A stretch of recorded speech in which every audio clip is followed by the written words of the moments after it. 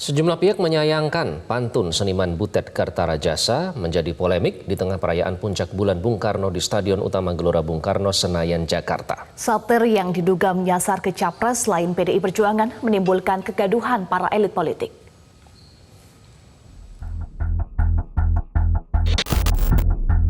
Hati seluruh rakyat Indonesia pasti akan sedih jika kelak ada presiden hobinya kok menculik.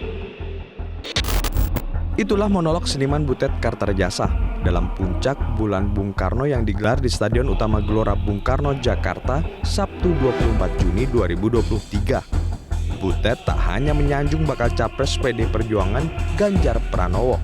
Seniman asal Yogyakarta itu juga diduga menyindir bakal capres dari koalisi lain. Kalau pemimpin modalnya cuma transaksional, dijamin bukan tauladan kelas negarawan.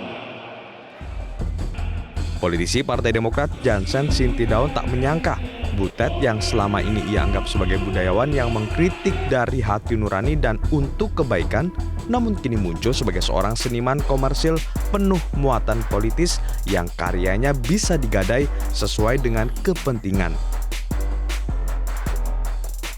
Sikap yang sama juga disampaikan juru bicara Prabowo Subianto Dhanil Anzar Simanjuntak yang merespon monolog seniman Butet. Dhanil menjelaskan, Prabowo dan Gerindra tak ingin memperparah kebencian dalam kompetisi politik. Mantan Ketua Umum Pemuda Muhammadiyah itu mengingatkan tetap berkompetisi sehat tanpa mengorbankan persatuan. Saling menjaga persatuan, kemudian tidak mengejek dan tidak baperan. Yang jelas, kami tetap doakan Mas Butet selalu sehat, kemudian bisa bareng-bareng menjaga persatuan. Kita bisa berkompetisi, tapi kompetisinya sehat dan kemudian saling menjaga NKRI, itu yang paling penting. Yang jelas kami terus sama-sama dan Pak Prabowo juga mendoakan agar Mas Butet selalu sehat. Direktur Eksekutif Parameter Politik Indonesia Adi Praitno menilai kegaduhan muncul berawal dari monolog yang disampaikan Butet Kartarajasa.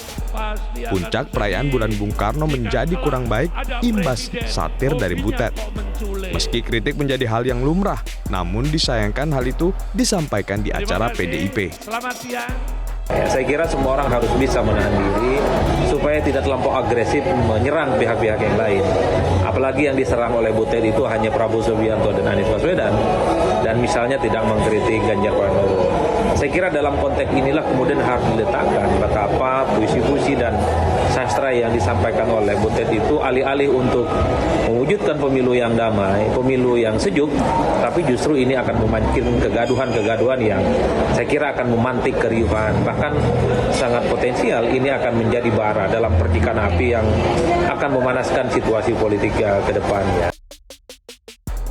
Sebelumnya viral di media sosial, seniman Butet Kartarajasa membacakan pantun di hadapan ribuan kader PDI Perjuangan dalam perayaan bulan Bung Karno. Satir yang disampaikan menuai pro dan kontra. Tak hanya dianggap sebagai upaya menaikkan elektabilitas Ganjar di Pilpres 2024, melainkan juga menjatuhkan lawan dengan narasi kebencian. Dari Jakarta, Tim Liputan Metro TV. Terima kasih.